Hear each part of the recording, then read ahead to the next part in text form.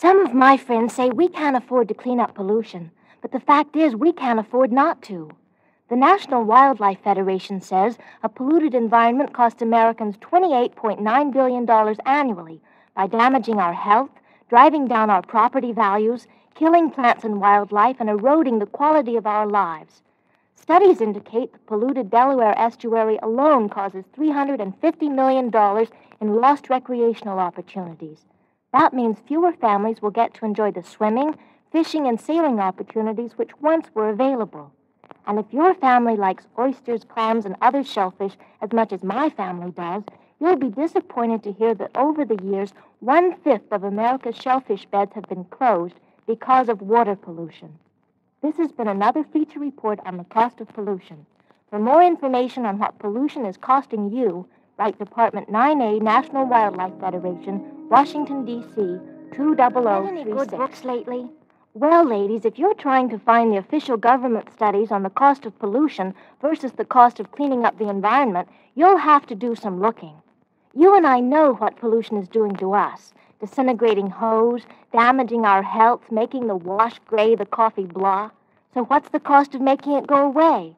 Some people have said it's too high. Oh, come on now. I say we can actually save money by cleaning up pollution. And I must be on the right track because the National Wildlife Federation says it too in their new report on pollution. As a matter of fact, they come right out and say that every family can save $200 a year by pushing for a reasonable national pollution cleanup now. This has been another feature report on the cost of pollution.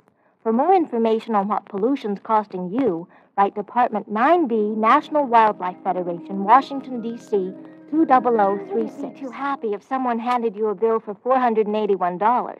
But that's what pollution costs your family every year. It might sound high, and it is, but it's not really too hard to believe, because pollution often means just plain dirt. You have to clean more often, and so you spend more money for cleansers, dry cleanings, new paint. Your car needs washing more often, and so do your clothes. Pollution can peel house paint, and if your husband's like mine, he certainly doesn't want to paint the house any more than he has to. Think about the effects pollution has on your family's health. It increases the chances of respiratory diseases, increases medical bills, and sends you to the store more often for cough medicine and aspirin. Yes, pollution costs you plenty. In fact, the damages caused by pollution cost you more than the cost of cleaning up pollution.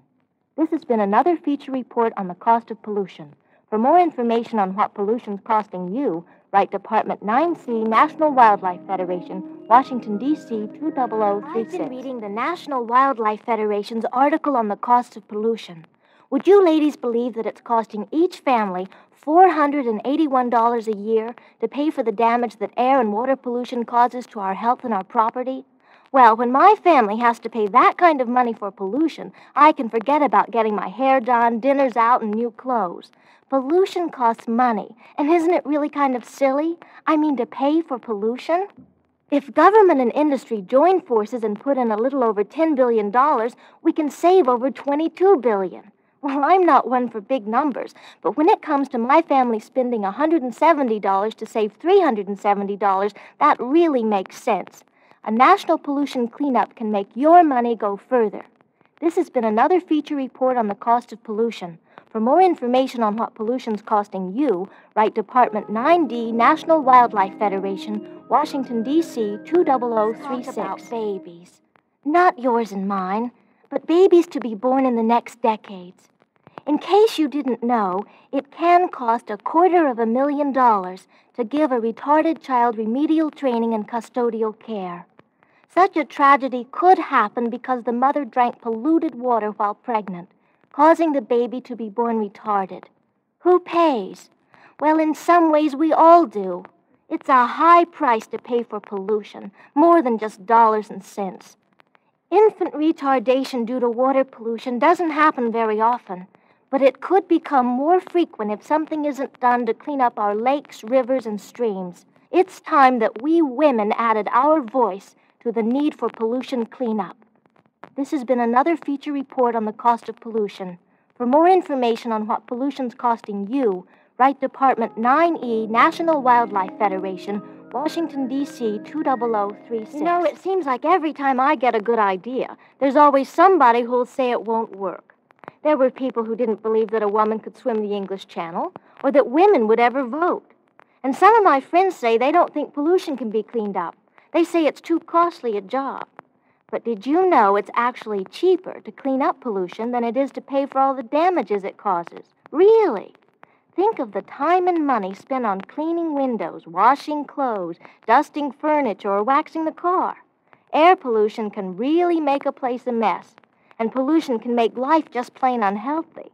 It's been estimated that the bill for pollution damages comes to about $481 a year for every family in the U.S. Now, that's a lot of money to pay for something you don't want. This has been another feature report on the cost of pollution. For more information on what pollution's costing you, write Department 9G, National Wildlife Federation, Washington, D.C. 20036.